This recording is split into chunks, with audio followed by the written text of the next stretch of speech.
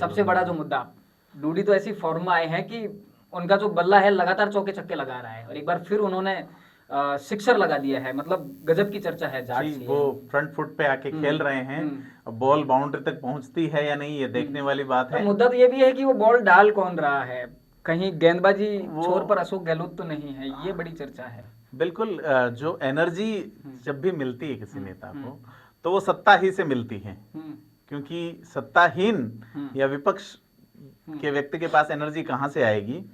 तो वो सचिन पायलट के खेमे से पूरी तरह से निकल चुके हैं। जिस तरह से उनके बयानों को देखें, उन्होंने ये कहा है कि ऐसा नहीं हुआ कि वसुंधरा सरकार के समय में हुए घोटालों की जांच कांग्रेस सरकार ने नहीं की। सचिन पायलट को कन्वे करना चाहिए अशोक गहलोत गवर्नमेंट को, उन्होंने ये बात कही है। जैसे एक और ये लाइन कह के उन्होंने दोनों ही नेताओं से अपना कद और ऊपर करने की कोशिश की है, और ये उसी फॉर्म में आए हैं जब वो 5 साल पहले मुख्यमंत्री के पद का दावा करते हुए आए थे, और सचिन पायलट से एक छोटी सी टकराहट उस वक्त भी हुई थी जब ये प्रतिपक्ष नेता थे। अब इन्होंने कहा है कि जाट सीएम होना चाहिए। मैं आपको पहले भी बता चुका, जो जाट महासम्मेलन हुआ था यहाँ पे, उसमें भी नागौर के एक नेता ने कहा था कि भाई आपको नंबर 2 की मांग करनी चाहिए। तब उन्होंने कहा था कि नहीं, जाट तो नंबर 1 ही रहेगा। और इन्होंने साफ कहा है कि इतनी बड़ी जाति है, उसके लिए जनगणना होनी चाहिए, और जनगणना करके निश्चित तौर पर जाट सीएम होना चाहिए। और दूसरे समाज भी ये डिमांड कर रहे हैं कि जाट सीएम होना चाहिए।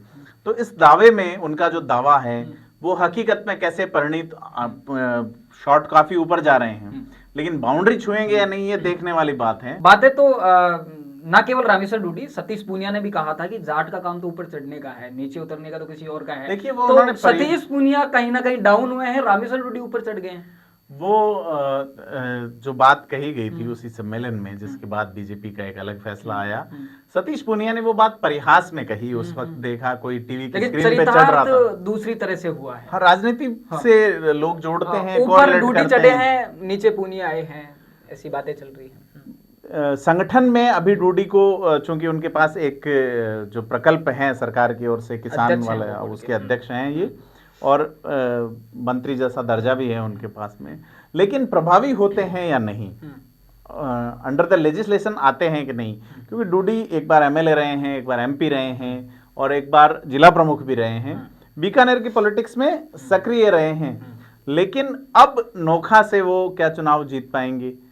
चांस, अगर इतिहास देखें लोगों नोखा का, तो 90 के बाद में कोई भी रिपीट नहीं हुआ है एमएलए। मतलब वो चेंज करते हैं, पूड़ी पलटता है नोखा। 90 के बाद राजस्थान में 98 के बाद जो सिस्टम शुरू हुआ वो नोखा में 90 से चल रहा है। वहां एक बार बीजेपी, कभी निर्दलीय, कभी कांग्रेस, कभी बीजेपी, इस तरह से चल रहा है नोखा के अंदर। और पिछले चुनावों को देखे, 3-4 चुनावों को, तो ट्रायंगल संघर्ष जो देखने को मिलता है। इवन जो 2018 का चुनाव है, जिसमें रामेश्वर डूडी ने मैनेज किया था कन्हैयालाल झंवर को बीकानेर पूर्व भेज के, तो उस चुनाव में भी आप देखेंगे कि जो मार्जिनल वोट हैं वो तीसरा प्रत्याशी ले गया, और रामेश्वर डूडी जो है वो चुनाव नहीं जीत पाए। मुद्दा ये है कि जाट मुख्यमंत्री की मांग कोई बहुत ज्यादा नई मांग नहीं है। अब परशुराम मदेरणा के उदाहरण से वहां से एक अग्रेसिव तरीके से जाट समाज मुख्यमंत्री की मांग करने लगा है। कुल मिला के बात यह है कि इस बार जिस तरह का माहौल बन रहा है, रामेश्वर डूडी पहले ऐसे व्यक्ति नहीं है जिन्होंने जाट सीएम की मांग की है। हनुमान बेनीवाल इससे पहले बहुत अग्रेसिव तरीके से ये मांग करते रहे हैं, और भी तमाम जाट समाज के जो नेता हुए हैं वो मांग कर रहे हैं। इस बार के चुनाव में ये जो एक हर बार जो जाट समाज की एक जो मांग होती है, ये किस तरह से मतलब इस चुनाव को देखिए क्या हुआ है कि जाट समाज ये मांग बहुत पहले से कर रहा है, जैसा कि आप बता रहे हैं। मिर्धा का दौर था, मदेरणा का दौर था, उस दौर को एक तरीके से पूरा निपटा दिया गया है कांग्रेस में। बीजेपी में जाट लीडरशिप जो आरएसएस के कैडर वाला सिस्टम है उससे उभर नहीं पाई। सतीश पूनिया की स्थिति बनी थी कि वो सीएम के, लेकिन पूरा कुनबा ही उनके खिलाफ हो गया। कई तरह की शिकायतें आई, लेकिन सतीश पूनिया को फिर भी उपनेता प्रतिपक्ष का पद देके एक सम्मानजनक विदाई देने की सरकार ने कोशिश की है, लेकिन उनके समर्थक इसे सम्मानजनक विदाई नहीं मान रहे। फिर जाट समाज के सर्वाधिक एमएलए जीतते हैं जाति के हिसाब से अगर देखा जाए, तो इसमें कोई दो राय नहीं कि उनकी जो मांग है वो अपेक्षानुरूप ठीक है उस समाज की ओर से देखा जाए। और वही क्यों राजपूत समाज मांग कर रहा है, ब्राह्मण समाज मांग कर रहा है। लंबे अरसे के बाद ब्राह्मण मुख्यमंत्री राजस्थान को नहीं मिला है, और इसके अलावा गुर्जर सचिन पायलट के रूप में सीएम देखना चाहते हैं। तो जाट समाज के साथ दिक्कत ये हुई है कि अब बड़ा लीडर जिसकी छत्रछाया में पूरी कम्युनिटी खड़ी हो जाए, ऐसा है नहीं। और एक ऐसा लीडर जो है, उनके पास जो पार्टी है वो काफी छोटी है। उन्होंने जो 2018 के चुनाव का उनका डिजाइन देखें, 58 के आसपास सीटों पे उन्होंने चुनाव लड़ा था, जिसमें जहां अभी जो जाट एमएलए हैं उनमें से सिर्फ 5-6 लोग ही ऐसे हैं जिनके खिलाफ उन्होंने कैंडिडेट उतारा था। बाकी पूरी अपनी कास्ट को हनुमान बेनीवाल ने बहुत जबरदस्त तरीके से सपोर्ट किया।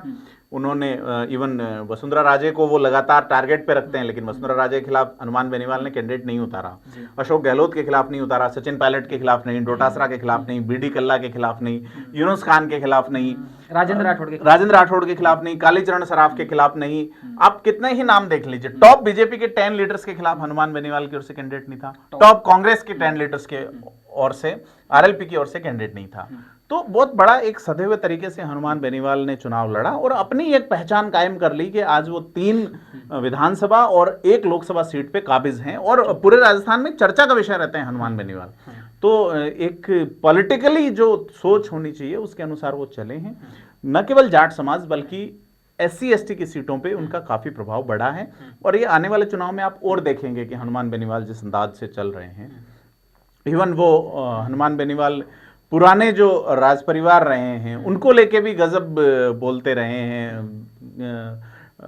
जिस तरह से डेमोक्रेटिक बात, लेकिन कैंडिडेट तो उन्होंने उनके खिलाफ भी नहीं उतारा। रिया कुमारी के खिलाफ नहीं है, गजेंद्र सिंह खिंवसर के खिलाफ नहीं है, दुर्रू मियाँ जो नवाब रहे हैं उन फैमिली से आते हैं, उनके खिलाफ कैंडिडेट नहीं है, विश्वेंद्र सिंह के खिलाफ। तो ये सारा जो है, ये कहने और दिखने वाली बात ये जो है उसको देखा जाना चाहिए। क्या लग रहा है कि रामेश्वर डूडी एक बार फिर रामेश्वर डूडी के लिए सबसे बड़ी चुनौती है विधायक सीट जीत पाना, क्योंकि उनका जो सीट है वो है नोखा, जो तो बड़े-बड़े नेताओं की जो कश्ती है उसको डुबाने का इतिहास है। तो नोखा जो है वहां से वो कैसे जीतेंगे, क्योंकि बिहारी लाल बिश्नोई ने काफी काम किया है, बिश्नोई कम्युनिटी जो है वहां बड़ी संख्या में है। दूसरा, गोविंद राम मेघवाल पहले विधायक रह चुके हैं नोखा से, जो अभी खाजूवाला से हैं। तो नोखा जब कभी SC सीट हुआ करती थी तब गोविंद राम मेघवाल वहां 2003 में, जहां तक मुझे याद है, तो MLA रहे थे, उनका वहां प्रभाव है पुराना। और सुलह हो गई है ना, एक फोटो आई थी रामेश्वर डूडी कुछ खिला रहे हैं, एक बिस्किट से राजनीतिक अदावतें सुलझ जाएं, मुस्कुरा के फोटो लेने वाली बात तो ठीक है। तो अशोक गहलोत भी खाते हैं। वो अशोक गहलोत का फेवरेट पार्ले जी है, वो बिस्किट कौन सा था उस पर भी डिपेंड करता है कि। और डोटासरा जो आजकल अशोक गहलोत की सोबत में है रामेश्वर डूडी। देखिए, राजस्थान की कांग्रेस में अभी जो बड़े नेताओं का मैं नाम गिनाऊं तो उसमें पहले नंबर पे अशोक गहलोत हैं, आज जिस तरह की स्थिति है। दूसरे नंबर पे कांग्रेस ही की ओर से रंधावा का नाम लिया जाना चाहिए कि राजस्थान में अगर सुलह करवाने वाले लोगों को गिना जाए, उसमें भंवर जितेंद्र भी आते हैं पार्टी के, इवन धीरज गुर्जर आते हैं, हाँ बिल्कुल, डोटासरा का कद अशोक गहलोत की छत्रछाया में है। ऐसे में सुलह करवाने वाला कौन है ना?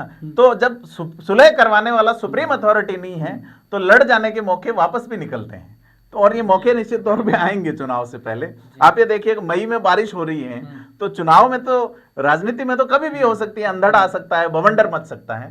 तो डूडी का जो बयान है, उनकी भावनाएं बहुत जबरदस्त हैं, लेकिन भावनाओं को क्या फील्ड में वो एग्जीक्यूट कर पाएंगे, ये देखने वाली बात है। और जाट समाज जिसने पिछले कई उपचुनावों का और पिछले विधानसभा चुनाव में और लोकसभा चुनाव में अपना नेता हनुमान बेनीवाल को मान लिया, ठीक है, वो जो डोटासरा की ओर नहीं मुड़ा, जो कि एक राष्ट्रीय पार्टी के प्रदेश अध्यक्ष हैं, वो जो कि सतीश पूनिया की ओर नहीं मुड़ा, जो कि एक पार्टी के राष्ट्रीय अध्यक्ष थे, वो क्या रामेश्वर डूडी जो न किसी पार्टी में बड़े पद पे हैं और न लेजिस्लेशन में, क्या उनकी ओर मुड़ेगा, ये देखने वाली बात है।